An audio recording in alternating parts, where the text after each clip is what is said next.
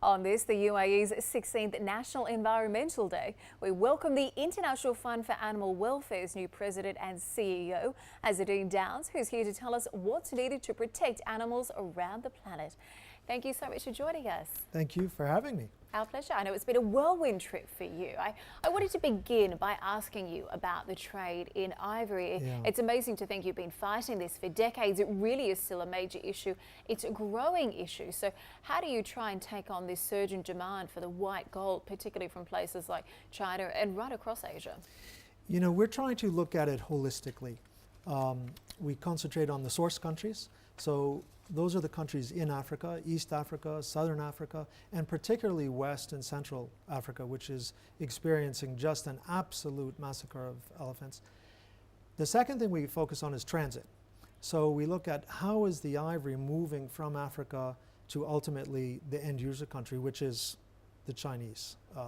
So the Middle East is a concern for us, as well as Southeast Asia. So you see a lot of traffic going through Singapore, Sri Lanka, Thailand, Vietnam.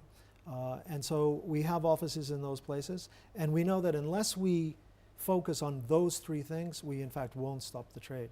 In terms of the United Arab Emirates, I guess, obviously, and it's linked to that same trade, what do we need to do here? What's the situation right now? You know, I think in some ways the UAE is a victim of its own success in that it's built this incredible transportation hub. And that's a good thing for tourism. It's a good thing for the economy here. But it also comes with the danger that, in fact, the transit routes from East Africa going east can and often do come through the UAE. So it's a concern for customs. It's a concern for the municipality here in Dubai.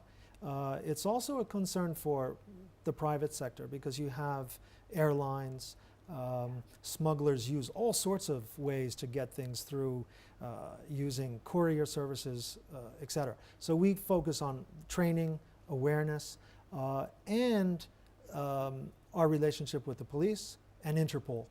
And we step back a little bit as an NGO and then let the police and the international police do their work.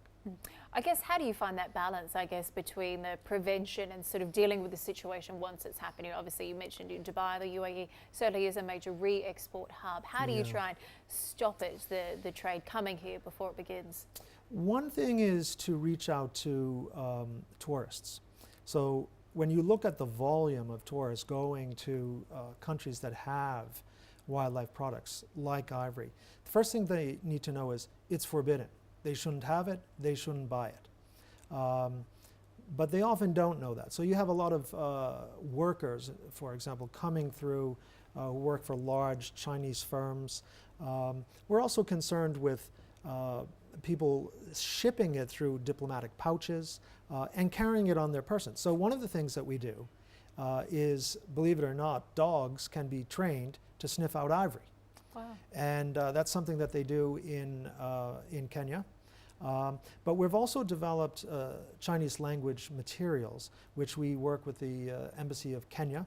And we had discussions yesterday with Emirates Airlines to see if we could get a private corporate sponsor to put those, we call them passport folders. It's in Chinese. It tells them, don't buy ivory. Here are the reasons why. And in fact, if you're caught with it, you can face fines and/or imprisonment in some cases. how receptive were Emirates? Is this something we could see rolled out quite quickly? Well, I hope so. You know, one of the things we found with Emirates is that, in fact, they have very progressive policies already in place. So it's not a question of having to convince them.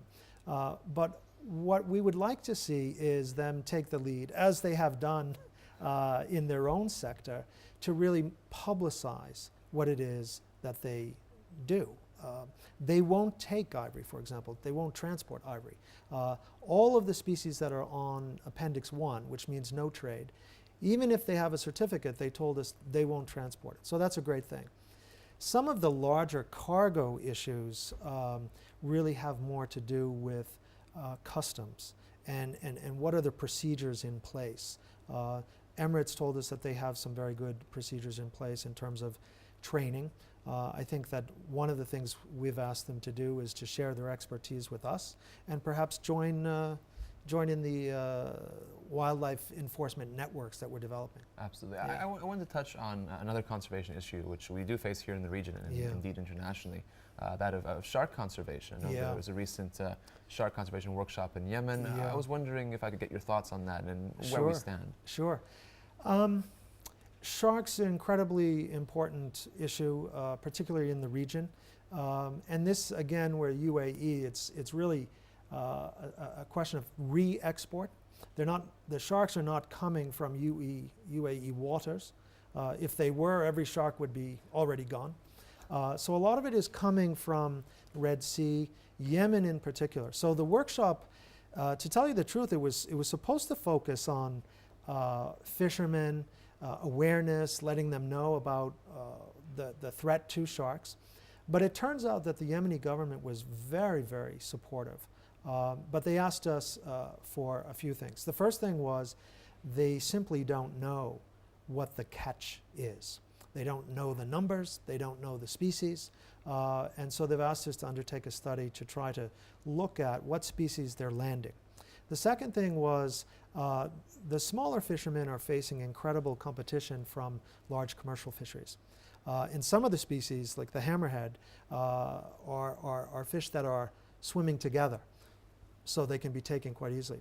The third thing, which I think is really important, is they asked us to help them develop model legislation to ban shark finning. So it's one of the things we want to talk to the UAE government about, sharing the legislation that is in place here with the Yemenis. Just quickly, we're almost out of time. I want to touch quickly on your new campaign to help save the African lion. I know that you have Leonardo DiCaprio as one of the faces of that campaign. How important is that kind of celebrity endorsement, I guess, to getting that message out there? It's absolutely critical. Leonardo has been extraordinarily generous with his time.